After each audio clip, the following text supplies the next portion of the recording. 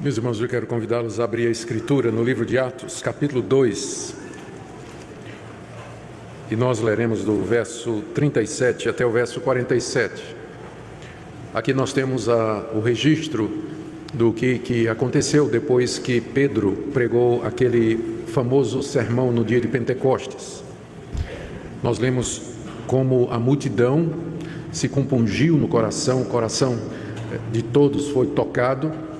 Nós vamos, aqui também tem a orientação de Pedro sobre o que eles deveriam fazer, e temos uma descrição de como vivia os primeiros convertidos.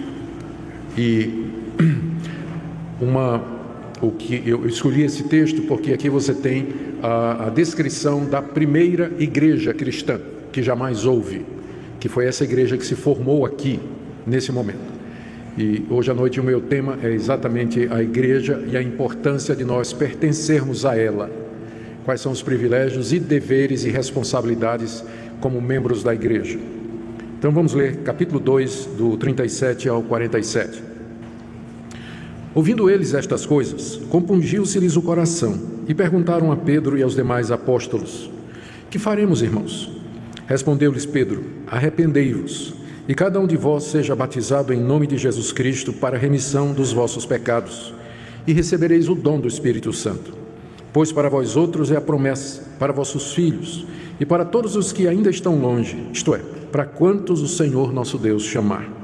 Com muitas outras palavras, deu testemunho e exortava-os, dizendo: Salvai-vos desta geração perversa. Então os que lhe aceitaram a palavra foram batizados, havendo um acréscimo naquele dia de quase 3.000 pessoas. E perseveravam na doutrina dos apóstolos e na comunhão, no partir do pão e nas orações. Em cada alma havia temor, e muitos prodígios e sinais eram feitos por intermédio dos apóstolos. Todos os que creram estavam juntos e tinham tudo em comum. Vendiam as suas propriedades e bens, distribuindo o produto entre todos, à medida que alguém tinha necessidade. Diariamente perseveravam unânimes no templo, partiam pão de casa em casa e tomavam as suas refeições com alegria e singeleza de coração, louvando a Deus e contando com a simpatia de todo o povo. Enquanto isso, acrescentava-lhes o Senhor dia a dia os que iam sendo salvos. Até aqui a leitura da palavra de Deus. Oremos mais uma vez. Pedimos, nosso Deus, que Tu nos ilumines, que Tu nos instruas a respeito da Tua igreja e dos privilégios que temos e deveres ao participarmos dela. Te agradecemos pelos queridos irmãos que serão recebidos nessa noite e pedimos a Tua bênção sobre cada um deles. Abençoa, Senhor, o Teu povo espalhado pela face da terra. Pedimos em nome de Jesus. Amém. Queridos, a igreja vem sofrendo muitos ataques nos últimos anos, como nunca antes. O que existe particularmente é um questionamento a respeito da igreja como uma instituição. Uma das acusações que têm sido feitas é que a igreja ia muito bem depois desse período que nós lemos aqui, até que um dia o imperador Constantino, no século IV, resolveu tornar a igreja uma instituição oficial. E aí a igreja, que antes se reunia na casa dos irmãos, que se reunia nas praças, nas cavernas, no campo, e era uma igreja meio que perseguida, de repente ela virou a religião oficial do Império Romano. E aí começou a construir igrejas, os pastores se tornaram profissionais, tinham que estudar teologia, começaram a receber salário, e a igreja passa a ter todas as características de uma organização.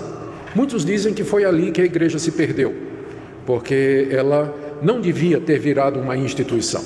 Então, essa crítica que é feita hoje, ela é dirigida às denominações históricas e tradicionais que mantêm, por exemplo, um templo como esse. A crítica é: a igreja nunca teve templo, a igreja se reunia nas casas. Que mantém pastores para fazer o trabalho pastoral, como por exemplo a nossa igreja, que tem uma equipe pastoral. Que mantém funcionários, a nossa igreja tem vários funcionários, nós temos vigias, temos secretário, temos administrador, que tem CPF, que paga impostos, que tem todas as características de uma pequena instituição. Então eles dizem que isso acaba prejudicando o trabalho da igreja e muito do que é feito na igreja é para manter esse aspecto institucional e o aspecto mais pastoral da igreja, que é cuidado dos membros, evangelização, isso fica num segundo lugar. Então tem havido essa crítica. E aqui cresce o número de pessoas que acreditam nisso. No último censo religioso feito pelo IBGE, foi em 2014, foi feita uma comparação e em 2014 o número de evangélicos desigrejados era muito maior do que 10 anos atrás. Eu me lembro, na época, há muitos anos atrás, que você perguntava a uma pessoa aqui no Brasil, qual é a sua religião? Aí a pessoa dizia, eu sou católico. E aí a próxima pergunta é, praticante ou não praticante? Porque muita gente era católico porque nasceu numa família católica, porque o catolicismo é a religião oficial, não é? Ou a maior religião oficial, não é, mas a maior religião do Brasil. Então as pessoas eram católicas porque os pais eram católicos, nasceu num lar católico, cresceu numa igreja católica, então, e alguns nem frequentavam mais, mas se diziam católicos. Eu me lembro nessa época, se alguém perguntasse, qual é a sua religião? E a pessoa dissesse, eu sou evangélico, então você tinha certeza que aquela pessoa era membro de alguma igreja e que estava ligada a alguma igreja, que participava de alguma igreja.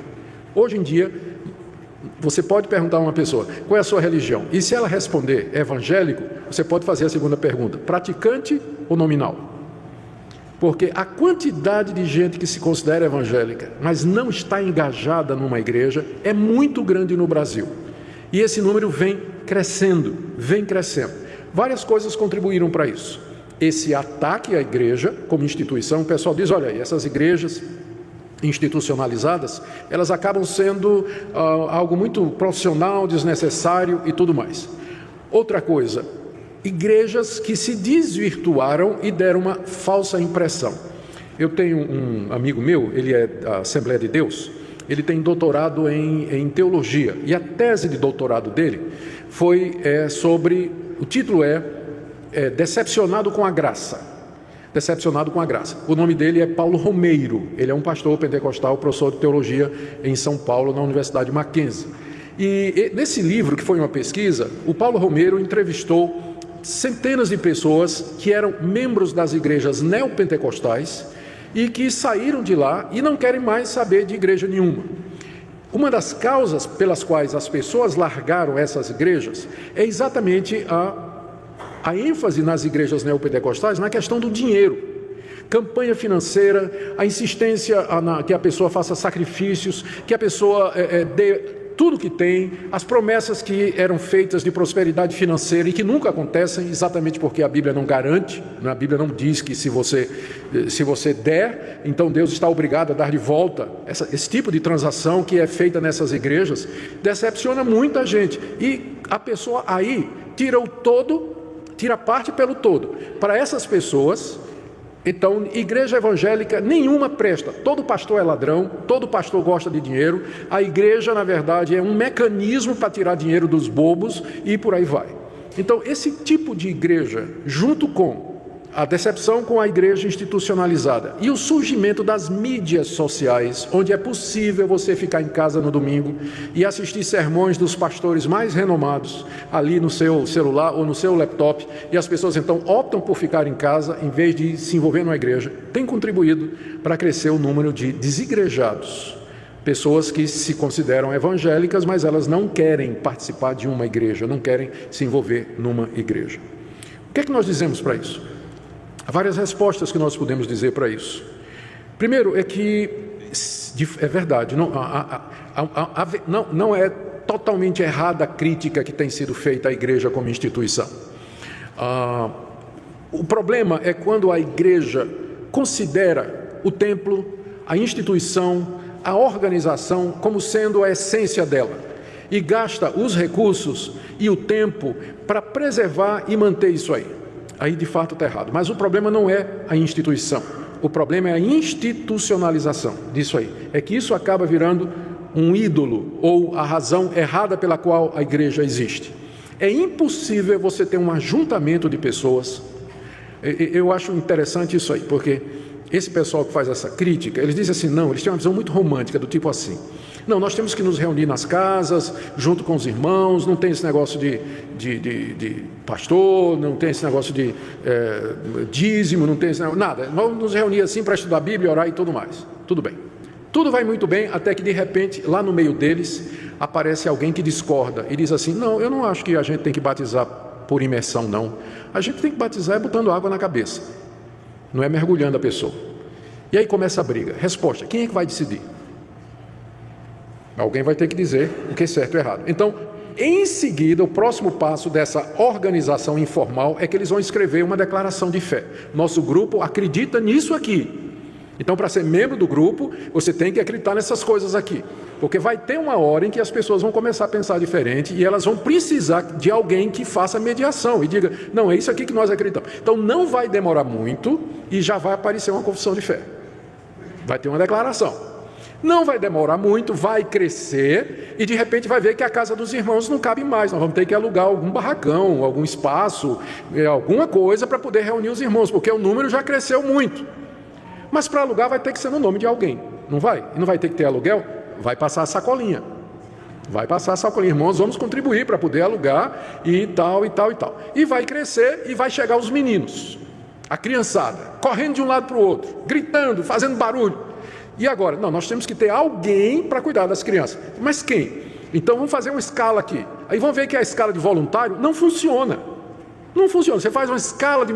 Muitos membros têm boa vontade, querem ajudar e tudo mais, você faz uma escalinha com eles e a escala sai furando, sai furando, sai furando. Então você vê que você precisa ter alguém dedicado para isso, mas uma pessoa dedicada para isso, ela precisa ser contratada. Ela precisa receber para isso. Então já vai receber alguém. Mas ela vai ser contratada em nome de quem? Quem vai assinar a carteira dela? Tem que ter um CNPJ. Aí já vamos registrar no cartório. Entende? Então, cedo ou tarde, eles vão acabar fazendo a mesma coisa que as igrejas históricas já descobriram que tem que fazer. Tem que ter CNPJ, tem que ter arrecadação de dízimos e ofertas, tem que ter prestação de conta, tem que ter gente que recebe para fazer certas coisas na igreja. É uma visão romântica e impraticável, aquela que acha que a igreja não precisa do mínimo que uma instituição tem para poder funcionar. Então, o problema não é a instituição, é quando a instituição vira um fim em si mesmo. Aí está errado.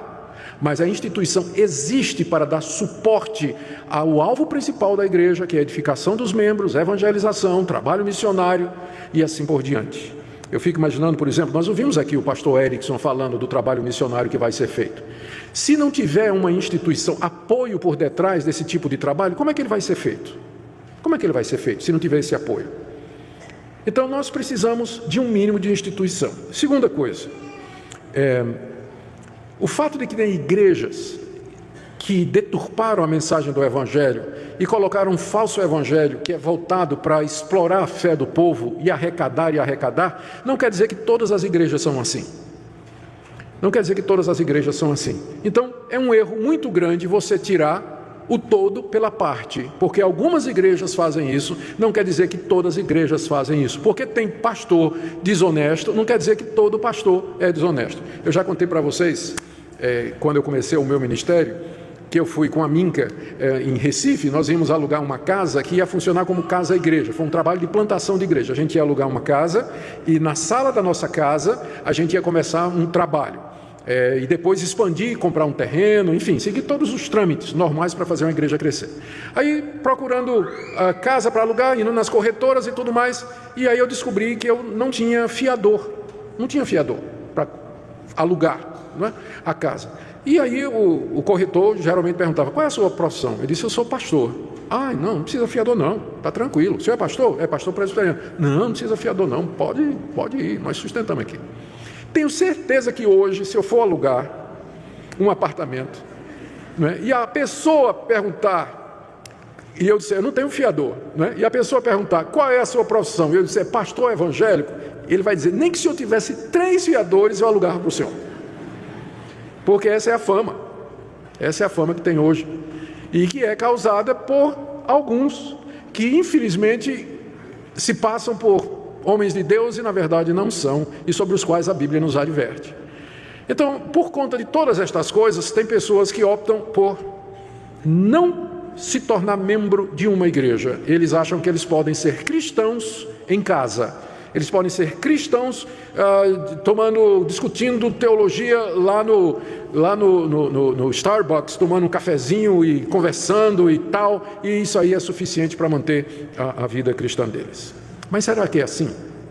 O que eu queria com vocês nessa noite, o que eu queria mostrar para vocês hoje à noite, é que a igreja, ela foi instituída por Deus, para ser a maneira pela qual Ele age no mundo, reunindo o seu povo, povo que é salvo pela graça, povo com quem Ele vai habitar para todo sempre no novo céu e na nova terra. Vamos começar então perguntando o que é uma igreja local? E eu creio que a melhor resposta está aqui no texto que nós lemos. O que aconteceu depois que Pedro pregou aquele sermão, que nós lemos aí no capítulo 2, começando no verso 14 e que termina no verso 36, Pedro pregou a respeito de Cristo, como Ele era o Messias, de acordo com a Escritura, e quando ele terminou de pregar, nós lemos do verso 37 a 41, que a multidão se tocou com a palavra de Pedro e perguntou: o que é que nós vamos fazer? E agora? Nós acreditamos em você, Pedro, estamos arrependidos. Aí a resposta de Pedro foi: vocês têm que se arrepender, vocês têm que ser batizados, e vocês vão receber o perdão de pecados, e vocês vão receber o Espírito Santo. E essa promessa não é somente para vocês, é para os filhos de vocês e para outros que Deus vai chamar ainda mais. E vocês têm que se salvar dessa geração perversa, porque Deus vai trazer juízo sobre ela, pois ela rejeitou o Messias. Então vocês têm que viver de maneira diferente. Então naquele mesmo dia, diz aí o verso 41, 3.000 homens foram batizados, aqui não estão contando as mulheres, e muito menos os filhos deles que estavam incluídos aqui, segundo a promessa, é para vocês e para os filhos de vocês. Então a gente imagina aqui uma multidão em torno de 6 a 7 mil pessoas, que escutou a palavra de Pedro e então foi batizada. O que aconteceu? Terminado isso, cada um foi embora. Oh, graças, criei no Messias, encontrei Jesus Cristo, fui batizado, agora eu vou para casa cuidar da minha vida. Foi isso que eles fizeram? Não. Qual foi a resposta? O que é que eles fizeram em seguida? Eles se organizaram como comunidade. Olha o que é que diz o texto, verso 42. Perseveravam na doutrina dos apóstolos, na comunhão, no partir do pão, nas orações, em cada alma havia temor, prodígios e sinais feitos pelos apóstolos, verso 44. Todos os que creram estavam juntos e tinham tudo em comum, vendiam propriedades, distribuíam entre os necessitados, verso 46, todo dia perseveravam no templo, que é onde as reuniões aconteciam, partiam pão de casa em casa, tomavam as refeições juntas. Entende? Qual foi a reação da multidão quando eles creram em Jesus Cristo? Foi formar uma igreja, juntar-se numa igreja, numa comunidade de fé. Por isso eu diria então aqui que a igreja é esse ajuntamento das pessoas que professam a fé em Jesus Cristo, eles e seus filhos, e que se reúnem para edificação mútua, serem instruídos na palavra de Deus, se apoiarem mutuamente, serem corrigidos e fazer tudo aquilo que Jesus Cristo mandou. Isso aqui que eles estão fazendo não é uma ideia que eles tiveram assim, não é? Nós cremos, e agora? O que é que nós vamos fazer? Ué, gente, vamos juntar aqui, vamos fazer um grupo aqui e vamos ficar junto, não é? Essa coisa não veio assim do nada. O que eles fizeram, sob a orientação dos apóstolos, é aquilo que Jesus Cristo havia dito. Lá em Mateus 16, Pedro se aproxima de Jesus, Jesus se aproxima de Pedro e diz assim: o que é que vocês acham que eu sou? Aí Pedro dá uma opinião, dá outra, que o povo pensa. Aí Jesus perguntou: o que é que vocês acham que eu sou? Quem eu sou? A resposta de Pedro: tu és o Cristo, o Filho do Deus vivo. Qual foi a reação de Jesus? Pedro, quem te revelou isso não foi o homem, mas o meu Pai que está nos céus. E sobre essa declaração tua, que eu sou o Cristo, Filho do Deus vivo, eu vou edificar a minha igreja. Eu vou edificar a minha igreja em cima dessa declaração. Lá em Mateus 18, Pedro novamente levanta uma questão sobre o que fazer se o irmão pecar. Resposta de Jesus: você primeiro fala com ele, se ele não te escutar, você leva mais 2 ou 3, se ele não escutar os 2 ou 3, você diz à igreja, e se ele não ouvir a igreja, você trata ele como se ele fosse um descrente. E no fim da sua vida aqui nesse mundo, Jesus reuniu os discípulos e disse: vão pelo mundo todo e façam discípulos. Como? batizando essas pessoas e ensinando essas pessoas a guardar tudo o que eu tenho ordenado. Em outras palavras, Jesus ensinou os seus discípulos que aqueles que crescem nele, eles tinham que estar juntos, eles tinham que ser batizados, eles tinham que ser instruídos, eles tinham que evangelizar, eles teriam que ser disciplinados se eles falhassem e não quisessem ouvir. E como é que se faz isso? A resposta é igreja. Não tem outra forma de expressar o cristianismo a não ser através da igreja. Ela foi instituída por Jesus Cristo. Então, é óbvio, uma vez que a multidão, voltando agora para Atos capítulo 2, Pedro pregou o sermão, a multidão, muita gente estava lá, a cidade estava lotada de peregrinos, a multidão acreditou na palavra de Pedro, que Jesus era o Messias, e agora, eu creio, e agora, formou a igreja, se juntaram para fazer aquilo que Jesus mandou, para aprender sobre o Messias, ser edificado, ser instruído, se ajudar mutuamente e evangelizar o mundo, como Jesus havia mandado.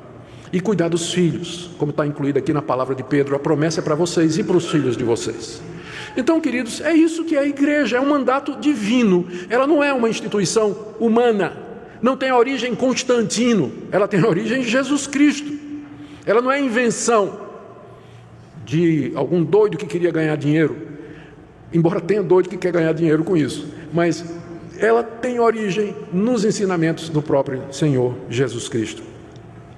Aqui então nós vemos que a comunidade ela se reuniu, esses que creram, se reuniram para adorar a Deus, ser instruídos na palavra de Deus, celebrar os sacramentos, ser edificados nessa palavra, se auxiliarem mutuamente, se corrigirem e anunciar ao mundo o Evangelho de Jesus Cristo. Portanto, e aqui é a conclusão desse meu primeiro ponto, o que é a igreja? Se a igreja é isso, é dever de todos aqueles que professam a Jesus Cristo como sendo o Filho de Deus, Senhor e Salvador, é dever deles se juntar aos demais que professam a mesma fé.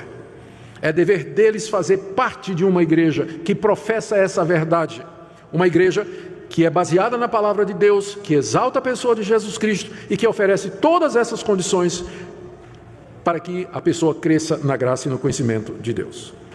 Segundo lugar, meu primeiro ponto foi esse, o que é a igreja, e eu falei então que ela tem origem em Cristo, e qual é a intenção, o propósito da igreja, e daí então a conclusão é que é dever de todo aquele que professa a fé em Jesus Cristo estar envolvido numa igreja. Segundo, eu queria ver com vocês os privilégios de ser membro de uma igreja local.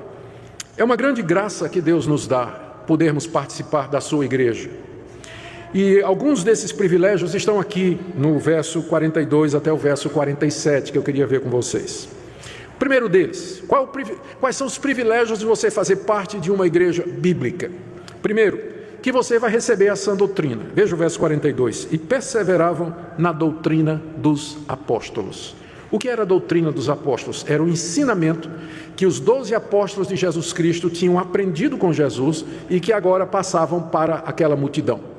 Perseverar na doutrina. Então, que grande privilégio você pertencer a uma igreja onde a doutrina dos apóstolos é ensinada. Os apóstolos aqui é os 12, e mais tarde Paulo seria juntado a eles. E a doutrina dos apóstolos para nós hoje, ela está aqui. Nós não precisamos de novos apóstolos. Nós ficamos com esses que foram os originais. Eu sei que tem genérico, mas nós não queremos genérico, nós queremos os originais. E os originais nos deram a Bíblia, a palavra de Deus.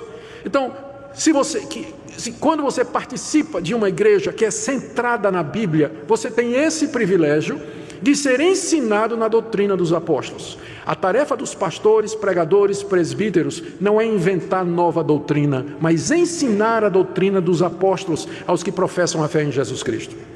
Então esse é o primeiro grande privilégio. Quem não tem uma igreja que sirva de referencial bíblico e vai catar pela internet, vai escutar de tudo e não tem discernimento. Eu me lembro de um Twitter que eu recebi uma vez, eu li uma vez um Twitter de uma pessoa que disse o seguinte: meus pregadores prediletos, Edir Macedo e Augusto Nicodemos. Pense no discernimento. Pense no discernimento, não tem. Sai catando na internet e sai ouvindo tudo, né? E não percebe a diferença. O privilégio de você ser membro de uma igreja bíblica é que você tem um referencial seguro de doutrina, a doutrina dos apóstolos, que vai ensinar você, vai instruir você, na verdade, em vez da alternativa de você sair se alimentando, ou pensa que está se alimentando de tudo que você encontra na internet, de todo tipo de livro que você acaba comprando, e você não sabe nem quem é esse autor e qual a linha dele e tudo mais. A igreja tem esse serviço, e é um privilégio então participar de uma igreja bíblica. E esse privilégio, ele inclui também você ser corrigido. O bom de você participar de uma igreja onde tem a doutrina dos apóstolos é que a verdade vai ser ensinada e ela vai corrigir você. Ela vai instruir você na verdade. E se você relutar, se você resistir, e se você, por exemplo, resolver teimar e continuar a fazer errado coisas que a doutrina dos apóstolos dizem que estão erradas, o próximo passo é que você vai ser amorosamente, pastoralmente confrontado. E você vai ter que prestar contas. Por que você conhece a doutrina dos apóstolos? Você sabe que você não pode viver do jeito que você está vivendo. E por que você continua vivendo assim? Não, porque eu acho. Não é porque acha. A doutrina bíblica diz que esse tipo de comportamento é errado. Você está dizendo que você é crente. Você professou sua fé como crente em Jesus Cristo. Você não pode viver dessa maneira. Não, mas eu quero viver assim. E aí então vem a disciplina, a correção do membro. Ele é corrigido, ele é exortado. Isso faz parte da doutrina apostólica. Quando uma pessoa não está engajada numa igreja, ela vai viver do jeito que ela quiser, ela não vai prestar contas a ninguém. Não tem ninguém em cima dela vigiando, né? Que é bom, né? Se a gente fosse santo, mas a gente sabe que é pecador. E é bom ter alguém que nos olha, alguém que supervisiona.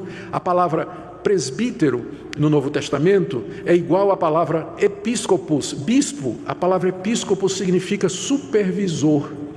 Então, o presbítero / pastor, ele é um supervisor da igreja.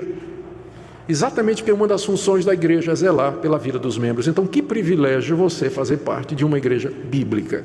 Você fica seguro, você sabe que se você errar, vem alguém amorosamente confrontar você e corrigir você.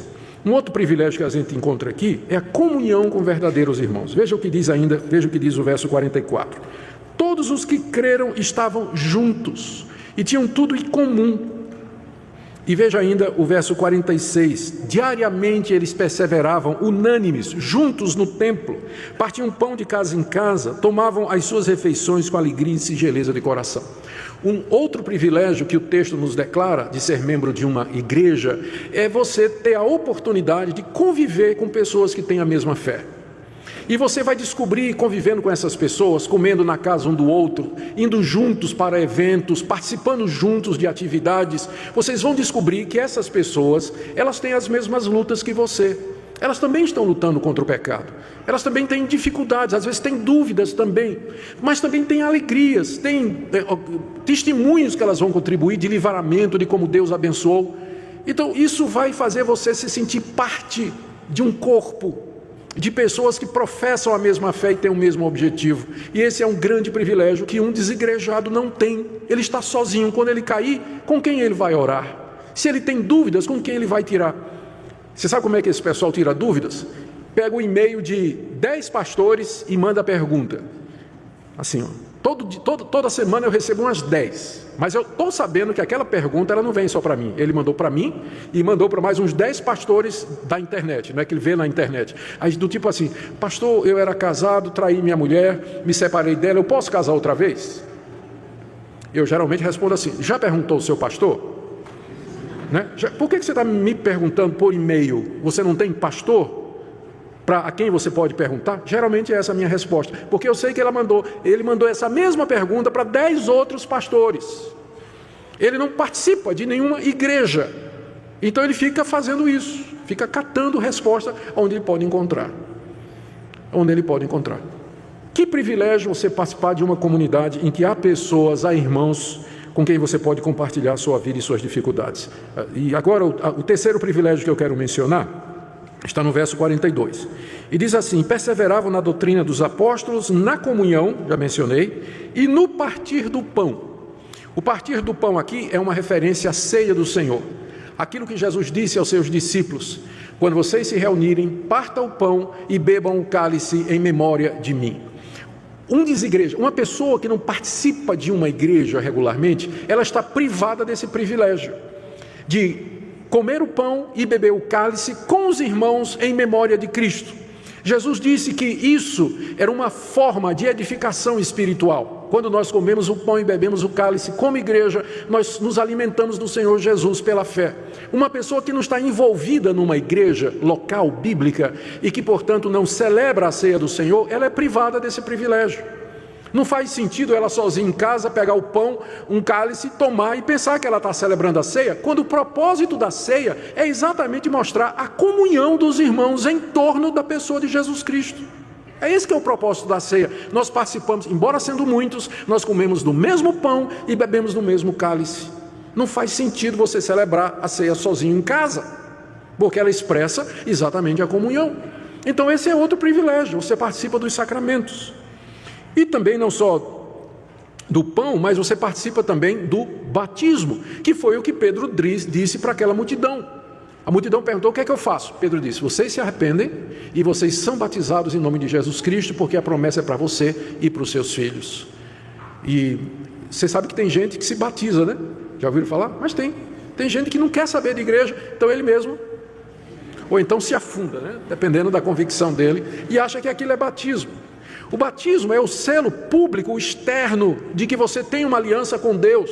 Não faz sentido você fazer isso sozinho, mas é uma expressão de que você faz parte de uma comunidade de fé. Então, é outro privilégio que nós temos. Mais um privilégio de participar da vida da igreja é a vida comunitária de oração. Veja o final do verso 42. Eles participavam nas orações. Como os judeus, esses primeiros cristãos oravam 3 vezes por dia. Eles tinham 3 horários específicos no calendário judaico em que eles paravam o que estavam fazendo e oravam virados para o templo de Jerusalém ou iam ao templo para orar. E aí todos esses que se converteram com a pregação de Pedro iam juntos participar das orações. Orar com os irmãos é um dos meios que Deus nos deu para nós crescermos na graça. Orar individualmente é recomendado na Bíblia também, mas orar com os irmãos também é. Eles participavam nas orações. Quando a gente ora com os irmãos, você tem gente orando por você e você percebe que você tem mais coisas a pedir do que somente aquelas coisas egoístas que você acaba pedindo. Você vê que tem irmãos que têm necessidades e seu coração então alcança esses irmãos. A sua mente vai até a necessidade deles e você intercede por eles. E que coisa boa é você orar por outras pessoas. Isso só é possível quando você está junto, esse senso de comunhão e que nós oramos uns pelos outros. Mais um privilégio que é mencionado aqui é no verso 45. Diz aqui que vendiam as propriedades e bens, distribuindo o produto entre todos à medida que alguém tinha necessidade. O que é que tinha acontecido? Esse povo que se converteu, boa parte dele não morava em Jerusalém.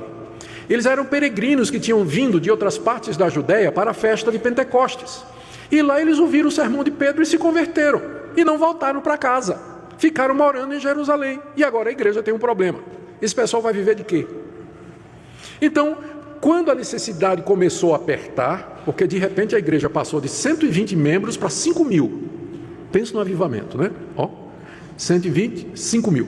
Esse pessoal vai viver de quê? Uma parte morava em Jerusalém, tinha sustento, tinha propriedades, eram moradores da cidade. Outra parte eram judeus que tinham vindo de lugares diferentes, que não tinham emprego, mas acharam o Messias. E para eles a coisa mais certa do mundo parecia isso, ficar ali com a família deles, ali na igreja, porque é lá a comunidade do Messias. Tal o apego deles à igreja, eles não quiseram voltar, mas isso criou um problema logístico. De repente alguns começaram a passar necessidade. E então os membros de Jerusalém, que tinham condições, voluntariamente começaram a vender as propriedades, levavam o dinheiro para os apóstolos e os apóstolos faziam a distribuição, dando cesta básica para aqueles irmãos que precisavam, enquanto eles não aprendiam alguma coisa ou achavam alguma oportunidade de trabalho ali, eles foram ajudados pela igreja. Esse é um privilégio de participar da vida da igreja. Vocês veem que aqui o pessoal vendia terreno e tudo mais, e vocês reclamam quando a gente fala em 10%, né? Quando a gente fala em 10%, vocês ficam tudo reclamando. Na época de Jerusalém, eram propriedades inteiras, né? Mas nós não vamos voltar para aquela época, pode ficar tranquilo. Era um momento específico na vida da igreja esse aqui, em que havia essa necessidade emergente, não é? Havia essa necessidade. O meu ponto é, que privilégio foi participar daquela igreja que cuidava das pessoas, supria as necessidades, atendia às dificuldades que elas estavam passando. E as igrejas, elas servem para isso, elas não somente atendem, as igrejas bíblicas não somente atendem a nossa necessidade espiritual, mas elas nos ajudam também quando nós estamos passando outro tipo de dificuldade. Igrejas, elas ajudam os pobres, ajudam os necessitados, há cestas básicas, há orientação, há irmãos que se ajudam mutuamente, e é um privilégio nós podermos participar de uma comunidade assim. Daí porque nós também levantamos ofertas para ajudar os irmãos carentes e necessitados. O último, tem vários outros, mas o último privilégio que eu quero mencionar aqui é o ambiente para os filhos. Como é que você pretende criar os seus filhos, você desigrejado? O menino vai crescer, você vai ensinar para ele em casa, mas não seria melhor se ele, pelo menos 2 ou 3 vezes por semana, junto com outras crianças que creem a mesma coisa, filhos de pais que pensam a mesma coisa, aprendesse a viver em comunhão, fosse instruído na palavra de Deus, crescesse no conhecimento de Deus? Crescer numa igreja como criança é um grande privilégio. Eu fui instruído numa igreja, meus pais eram presbiterianos, eu nasci na igreja presbiteriana, e desde moleque eu fui instruído na escola dominical, departamento infantil. Na minha mocidade eu participei da mocidade da minha igreja, participei de concurso bíblico, fui para acampamento. É verdade que eu era o terror dos acampamentos, mas eu participava de todos esses acampamentos. Terror assim, que eu derrubava a barraca, ficava brincando, era muito moleque, mas era assim. Eu me desviei da igreja, saí da igreja aos 16 anos de idade, joguei tudo para fora, fui para o mundo e vivi uma vida muito dissoluta. Aos 22 anos Deus me chamou de volta, me converti aos 22 anos. Na noite que eu me converti, uma noite de setembro de 1977, tudo que eu tinha aprendido quando criança voltou, como se nunca tivesse saído. Todos os versículos bíblicos, a instrução bíblica, o que eu havia aprendido com o meu pastor que me ensinou teologia, tudo aquilo voltou, estava lá no meu coração. Eu sabia o que eu queria, eu sabia o que tinha acontecido comigo. E eu me lembro que naquela época em que eu estava no mundão, eu não conseguia fazer o que outros colegas meus faziam, porque havia um limite. Hoje eu olho para trás e sei o que era. Foi a educação na Bíblia que eu recebi na igreja, que não deixou que eu fosse tão ruim quanto eu poderia ser, porque me segurava. Eu não conseguia passar de um certo ponto, enquanto alguns companheiros meus faziam isso. Então, um dos privilégios de você fazer parte de uma igreja é que você vai criar os seus filhos nesse ambiente em que ele vai aprender a amar a Deus, escutar a palavra de Deus, vai ter exemplo, vai ter referencial, vai ter amigos, vai formar amizade, se Deus quiser, uma namorada ou um namorado, e casar com gente da igreja. Que coisa boa! Eu não sou São Pedro não, mas eu torço para que os rapazes e moças da igreja vão para acampamento, vão para atividades, se conheçam, namorem e casem entre si. Porque é um dos grandes privilégios que a igreja nos confere, ambiente para isso. Ambiente para isso. Meu tempo já está quase terminando e eu estou na metade do sermão, o que é que eu faço? E hoje está quente, né? Está quente hoje, não está? Está quente, gente. E o banco também não ajuda. Vocês sabem que a gente faz isso de propósito, né? A gente deixa o ar-condicionado meio baixinho e os bancos são duros, para que se você ficar, é porque você está interessado em ouvir o sermão. Porque ficar ouvindo o sermão de 40 a 50 minutos num banco difícil e com calor é só quem está com sede, né? Então a gente faz de propósito, né? Exatamente. Brincadeira. Deixa-me correr para as responsabilidades. Então, queridos, as responsabilidades de ser membro de uma igreja são compatíveis com os privilégios. É sua responsabilidade, então, como membro da igreja, frequentar os cultos da igreja, frequentar a escola dominical. Toda oportunidade que a igreja lhe dá para você crescer na doutrina dos apóstolos, aproveite para você aprender mais e crescer na graça e no conhecimento do Senhor Jesus. Se submeta à orientação bíblica. Se ela é bíblica, se o que a gente ensina é a palavra de Deus, ouça, obedeça, acate, mude de vida, aceite, porque é dada para o seu bem, Se a pregação é bíblica, escutar o pregador é como se você escutasse o próprio Jesus Cristo exortando e falando. É o que diz a nossa confissão de fé. Enquanto o pregador está ensinando a palavra de Deus, você deveria escutar. Porque não é a palavra dele, mas é a palavra de Deus que você deveria receber com toda humildade no seu coração. Participar do pão, procurar não perder ceia do Senhor, preparar-se para isso, contribuir financeiramente para as necessidades dos irmãos, para o trabalho missionário, para o sustento dos obreiros. Esse é um dever de quem é membro da igreja. Não é opção não, mas é dever, pensando em todos os privilégios que você tem. E servir aos outros com dons e talentos é seu dever também, se engajar na igreja. Se você tem dons, habilidades, você pode ajudar de uma forma ou de outra, se engaje. Pergunte o que é que você pode fazer, de que maneira você pode ajudar. É dever dos membros contribuir em tudo. O resultado disso aí, veja o que diz o verso 47. Olha só, se não é isso que a gente gostaria. Louvando a Deus e contando com a simpatia de todo o povo. Enquanto isso, acrescentava-lhes o Senhor, dia a dia, os que iam sendo salvos. Ou seja, não havia, parece, nenhum esforço intencional de evangelização. O crescimento da igreja era espontâneo, porque uma igreja que oferece esses privilégios e onde os membros participavam, ela não tem como não crescer. O povo olha e diz, mas é isso mesmo, eu quero fazer parte dessa comunidade, eu quero me juntar a essas pessoas. Olha como eles vivem. Olha como eles vivem, olha o amor que eles mostram uns aos outros, o cuidado uns pelos outros, a doutrina certa. Dia a dia, Deus ia acrescentando à igreja os que iam sendo salvos. Por quê? Por conta da comunidade, o que é que ela era? Aquela igreja que tinha todos esses privilégios e também as pessoas que se engajavam nesses privilégios com suas responsabilidades. Eu termino aqui com algumas aplicações práticas.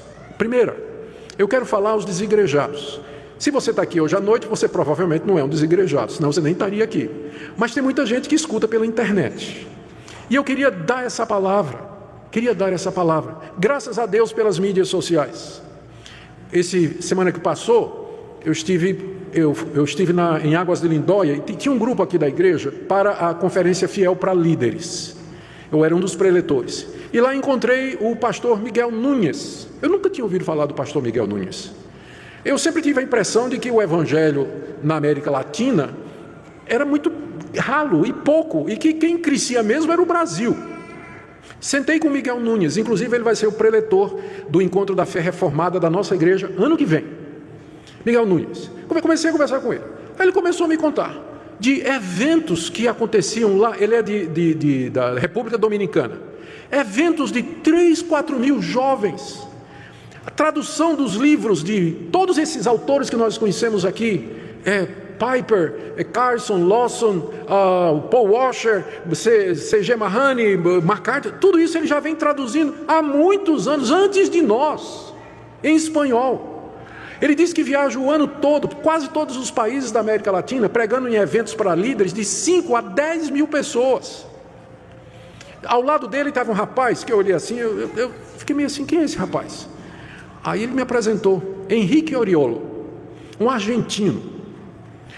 Ele tem um site reformado, ele é um rapaz, um jovem, tem um site, um blog, onde ele só publica artigo reformado. Inclusive, eu descobri que ele estava publicando artigos meus. Ele pegava, traduzia para o espanhol e publicava. 1.700.000 seguidores. 1.700.000 seguidores. Eu não conheço nenhum blog reformado no Brasil que chega nisso aí. O maior que tem é o da Fiel, com 700.000 seguidores. Esse cidadão tem 1.700.000, um argentino com um blog reformado. Aí eu perguntei a Nunes, está acontecendo esse avivamento da fé reformada na América Latina? Ele disse, está assim. Eu disse, pois é, no Brasil também. No Brasil há um despertamento gigantesco do interesse pela fé reformada. Aí eu perguntei para ele, você acha que as mídias sociais têm ajudado a isso? Ele disse, pastor, eu estou convencido disso. Aí ele fez uma comparação.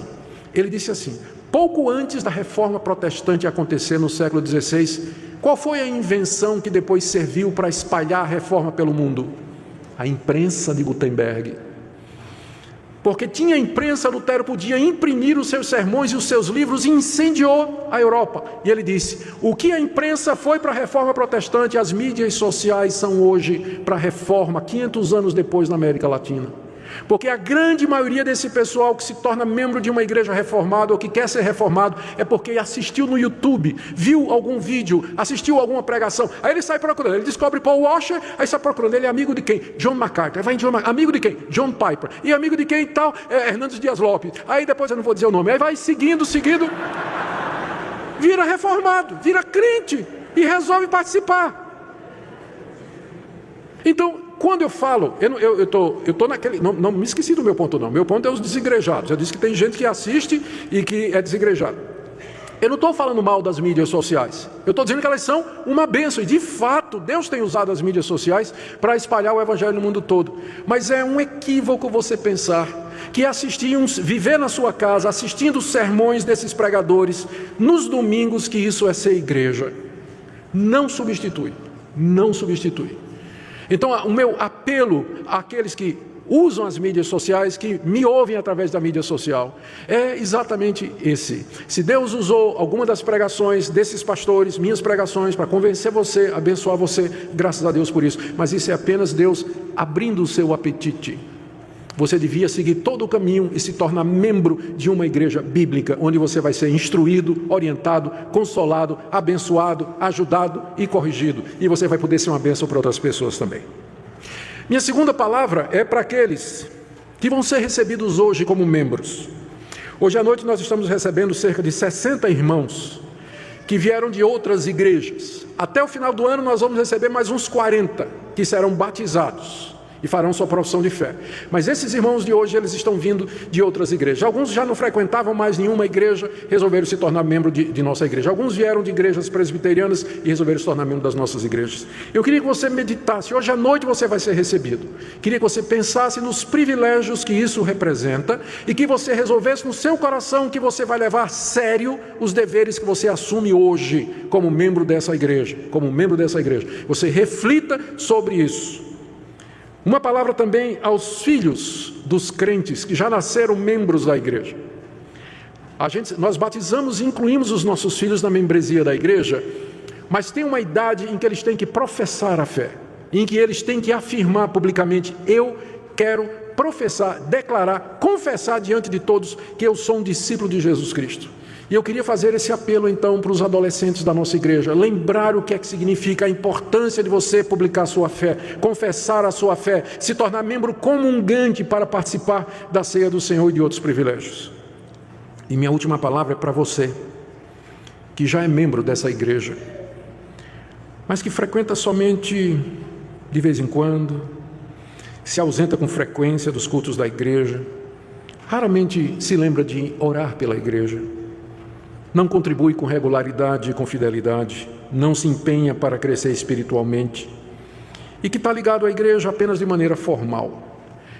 Eu queria nessa noite fazer um apelo para você e eu queria que você refletisse nisso. Por que é que você é membro dessa igreja? Qual o propósito do seu nome estar no hall que nós temos daqueles que dizem que são membros aqui? O propósito é esse. É que você cresça, que você aprenda mais sobre Deus, que você seja abençoado por Deus para abençoar outras pessoas, que você seja instrumento do canal, como canal de Deus para chegar aos pobres, necessitados, os não evangelizados, as pessoas que estão passando por necessidade. Não faz sentido ser membro, você ser daquele tipo assim: eu sou membro de tal igreja, praticante, eu estou lá no hall da primeira igreja, mas realmente eu não sou praticante. Não faz sentido. Não nos interessa e nem a você, membros nessa categoria. Nós queremos que cada membro dessa igreja seja comprometido, que ele desfrute de todos os privilégios da igreja, mas que ele seja comprometido com todos os deveres que estão implícitos como membro da igreja. E é nessa situação, e é nessa condição, e nesse tom, que nós queremos terminar. E dizer que nós entendemos ser realmente um grande privilégio participar e com os nossos filhos da igreja de Deus.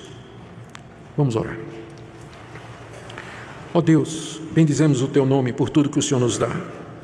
Obrigado pelo privilégio de fazer parte de uma igreja bíblica que ama a tua palavra e que deseja, Senhor, cumprir o que tu nos ensinastes, de ensinar nossos filhos, evangelizar o mundo, batizar os convertidos, discipular os que creem, abençoar os pobres e necessitados e levar teu nome a todo mundo. Nós pedimos que tu fales ao coração de cada pessoa aqui presente. Em nome de Jesus.